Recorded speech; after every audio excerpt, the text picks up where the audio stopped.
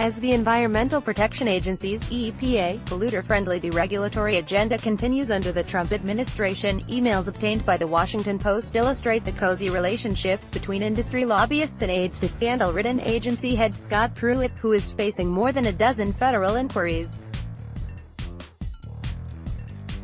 Scott Pruitt is at EPA only to serve the interests of polluting industries, John Walk, and RDC. The communication between the lobbyists and one of Pruitt's top policy aides, detailed in emails the agency provided to Democratic Sens.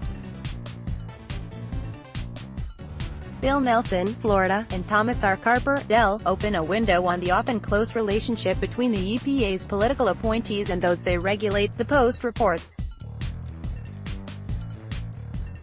Littered among tens of thousands of emails that have surfaced in recent weeks, largely through a public records lawsuit filed by the Sierra Club, are dozens of requests for regulatory relief by industry players, the newspaper notes.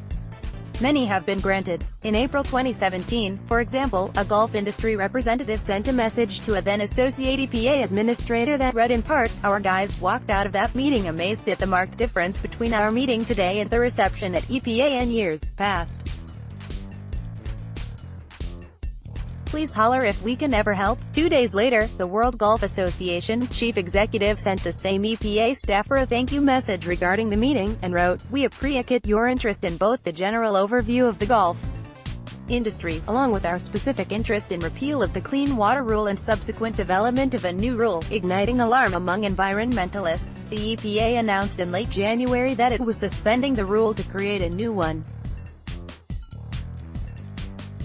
While EPA spokesman John Wilcox told the Post the lobbying groups were dealing with the costly consequences of President Obama's policies that expanded federal overreach while doing little for the environment, Brendan Fisher, director of federal reform at the Watchdog Campaign Legal Center, observed that with Pruitt at the helm of the agency, there seems to be an open-door policy towards the industries they are supposed to be regulating.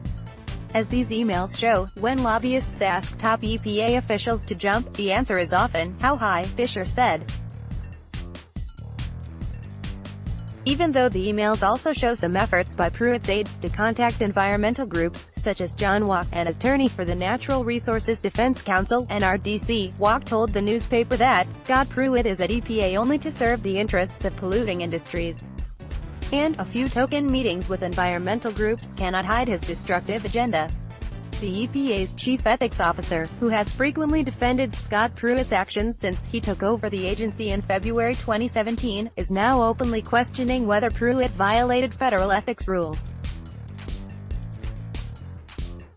https://t.co/sk89jjlj4g, Citizens for Ethics, at Pruitt, July 2, 2018. Meanwhile, citing a letter obtained by the New York Times via Freedom of Information Act (FOIA) request, Eric Lipton reported on Saturday that the EPA's chief ethics officer Kevin S.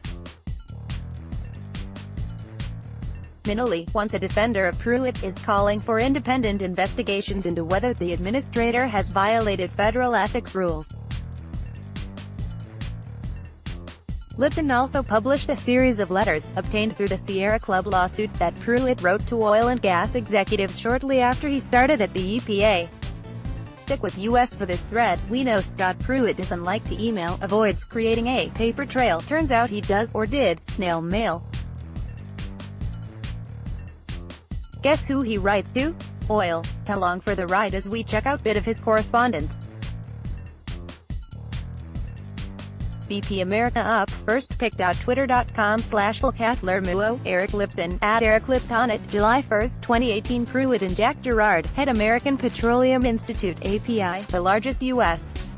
trade association for the oil and natural gas industry, had a nice back-and-forth chat via written letters, after Pruitt's closed-door visit.